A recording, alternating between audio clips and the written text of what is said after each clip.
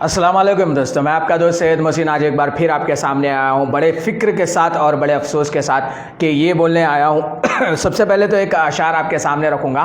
तावक्त शाम सूरज से रोशनी छीन लेता है, तावक्त शाम सूरज से हुकूमत छीन लेता है, सहर होने से पहले तारों से क़यादत छीन लेता है, उसकी ज़मीं पे चलने फिरने का सलीक़ा सीख लो, तकब्बुर करने वालों से मेरा रब इज़्ज़त छीन लेता है। चलिए आइए बात करते हैं आज इंडिया की। इंडिया में जब कोरोना वायरस जैसी बीमारी की वजह से सारा इंडिया परेशान है और ऐसे बीमारियों के और बुरे वक्त में अच्छे लीडर की पहचान होती है, तो आज सारा इंडिया जान चुका है जितने ओहदों पर बैठे हुए कोई अच्छा लीडर नहीं है। वो चाहे प्राइम मिनिस्टर नरेंद्र मोदी हो, जो राम मंदिर के नाम पर फंड कलेक्ट कर खा जाने वाले, या फिर पीएम फंड में पैसा मंगा के खाने वाले, या फिर छोटा काउंसलर हो जो नाले की जमीन कब्जा कर खाने वाला। आज इंडिया में ऐसा कोई लीडर नहीं है। आज के हालात पर जिस तरीके पर नरेंद्र मोदी जी ने स्टोन रखकर सारे इंडिया को और वर्ल्ड को बता दिया है कि इंडिया डेमोक्रेटिक कंट्री नहीं है और मैं सेकुलर लीडर नहीं हूं, मैं सारे इंडिया का लीडर नहीं हूं, बल्कि मैं एक आरएसएस और बजरंग दल का लीडर हूं, जहां पर जिनकी फंडिंग पर मैंने ये स्टोन रखा।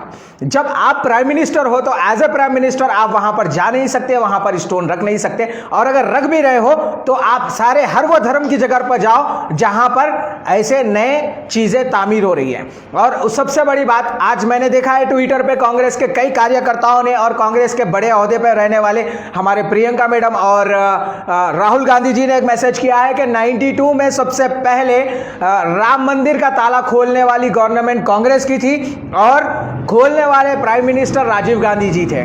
तो मैं उन सबको कह दूं, तो ना वो रह सके ना उनकी गवर्नमेंट रह सकी, क्योंकि वो सेकुलर नहीं थे। इंडियन गवर्नमेंट सेकुलर होना चाहिए। डेमोक्रेसी का कत्ल करने वाले लोग ज्यादा दिन नहीं टिक पाएंगे। जब कत्ल करने के लिए अंग्रेज आए थे, क्या वो ज्यादा दिन टिक पाए? क्या वो ज्यादा दिन एकता तोड़ पाए?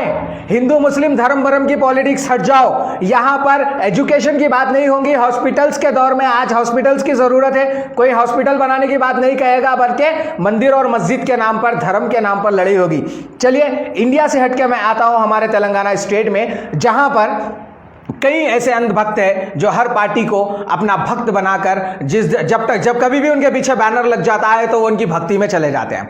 सबसे पहले तो मैं कहूंगा कि कांग्रेस की भक्ति करने वाले मुसलमान लीडरों से मेरा सवाल है, क्या आप इस मुद्दे पर आपकी इतनी पहुंच है कि आप वो प्रियंका गांधी, राहुल गांधी से पूछ पाओगे कि 92 में पहले ताला तोड़ने वाले राजीव गांधी थे, कांग्रेस हुकूमत थी, तो 92 से 2020 जितना भी वक्त गुजरा है, जितने लोगों का कत्ल आम हुआ है, जितने लोग इसके अंदर मरे हैं, उस सारे चीजों का जिम्मा भी वो कांग्रेस पार्टी को जाता है, वो बीजेपी पार्टी को जाता है। ठीक है, तो क्या आप मुसलमान होने के नाते, या फिर आप पैदा ही इसलिए हुए कि सिर्फ पॉलिटिक्स कर ले, धर्म से हमारे कोई कंसर्न नहीं है?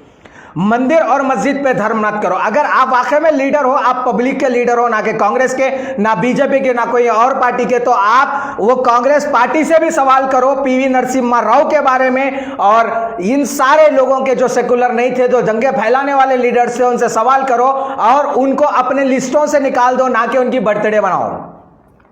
आप हिस्ट्री उठाकर देख लो, मस्जिद और मंदिरों को शहीद करने वाले लीडरों का हाल क्या होता है।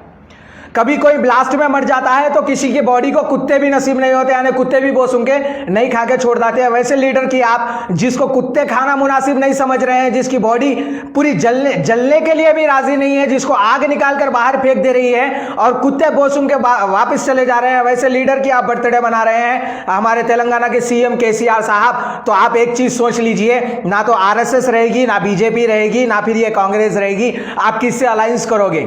जब इनकलाब की आवाज उठेगी तो बच्चा हर गली से उठेगा और उठ के बोलेगा कि भाई फिल वक्त जिस तरीके से social media platform, YouTube platform पे जो है ना, कई उभरते हुए नौजवान सामने आ रहे हैं, और आना चाहिए, क्योंकि इनकलाब की आवाज उठाने वाले वो सारे लोग जो कोई भी धर्म उनको वाबस्ता नहीं था, वो धर्म के वजह से इंडिया की फाइट नहीं लड़े थे, वो सब मिलके एकजुट होकर लड़े थे। आज एकजुट होने का वक्त है और आप अपने अपने तरीकों की पॉलिटिक्स कर रहे हैं।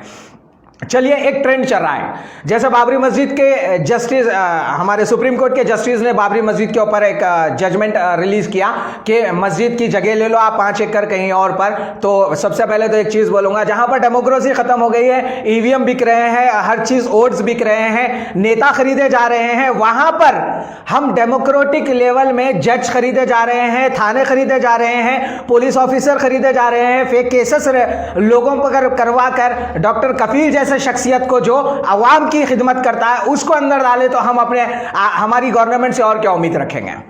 ठीक है, जहां पर ये सारी चीजें हो रही हैं और बहुत लोग परेशान हैं, सारा इंडिया परेशान है फाइनेंशियल हेल्थ से, उस मौकूफ पर तेलंगाना गवर्नमेंट, हमारे तेलंगाना के सीएम ने यह सोच लिया कि जब सुप्रीम कोर्ट एक ऑर्डर दे सकता है कि 5 एकड़ जमीन कहीं और ले लो, उसी मसले पर उन्होंने कई मस्जिदें शहीद कर दी, कई मस्जिदें शहीद कर दी। कोई क़यादत की आवाज़ नहीं है, ना फिर उन कहने वाले कि हम आपकी आवाज़ बनेंगे, आप हमारा साथ दो।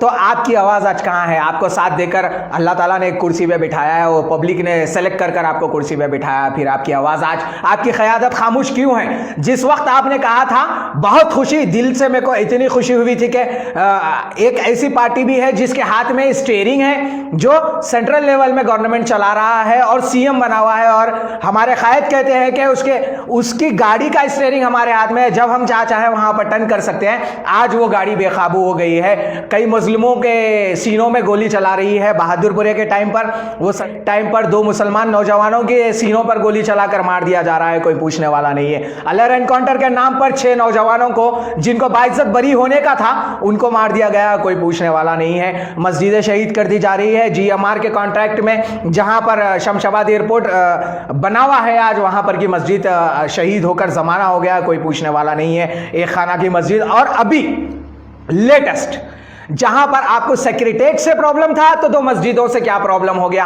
आपको जब तोड़ना ही था तो आपने कहा कि हम तोड़ने वाले हैं, नहीं, आपने डायरेक्ट रातों रात लगा दिया, पुलिस फोर्स को लगा दी।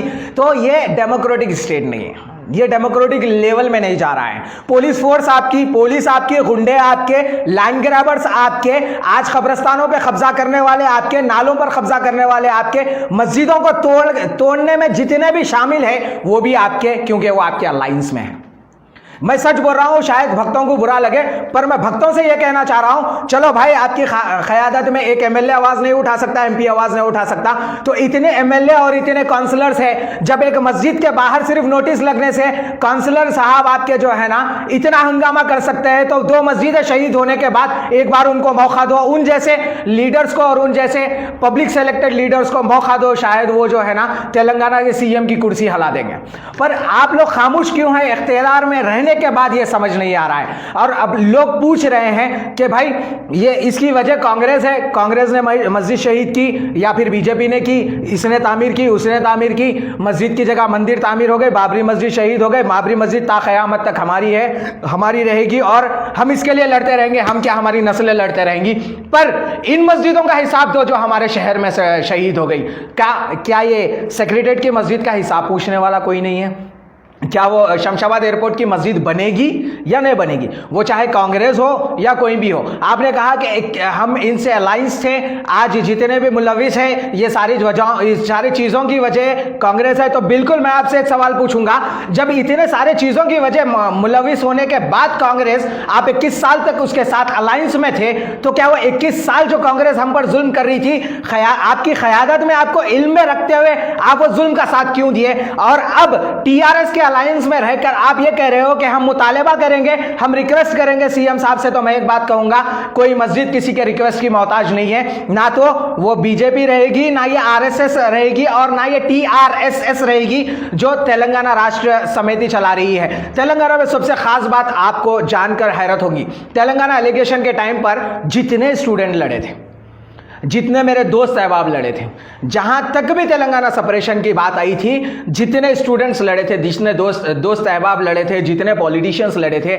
आज आप तेलंगाना मिनिस्टर कमेटी में उनको नहीं पाएंगे।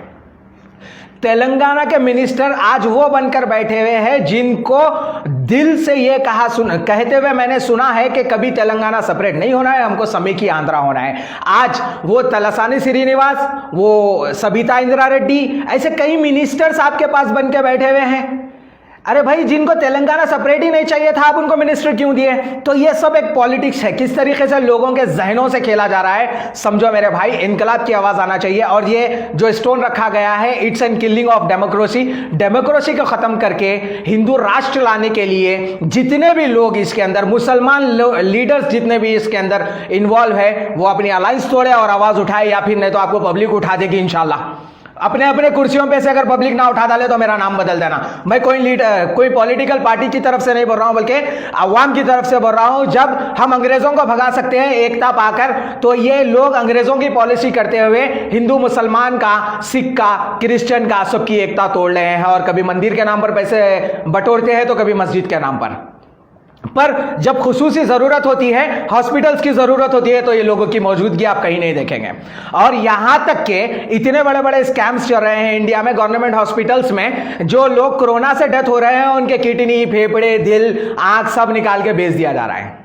अरे ये किस चीज की पॉलिसी कर रहे हो? और आपको ऐसे कोरोना के टाइम पर पैसे खर्च करने के लिए 1 रुपया नहीं होता है, पर इस तरीके के काम करने के लिए, मस्जिद और मंदिरों को तामीर करने के लिए आपके पास करोड़ ऑफ रुपीस आ जाते हैं। 400 करोड़ रुपए अगर आप कोरोना के टाइम पर, ये स्टेट जब मर रहा था तब अगर आप लगा देते, तो सीएम केसीआर आपको यहां पर बिठाती थी पब्लिक, और आने वाले वक्त में आपको पीएम के सीट पे देखती थी। पर आपका किस तरीके का माहौल है, आप क्या चाहते हैं, ये पब्लिक अच्छे से जान चुकी है। वो तेलंगाना एलिगेशन में लड़े हुए स्टूडेंट्स भी जान चुके हैं और आज की आवाम भी जान चुकी है।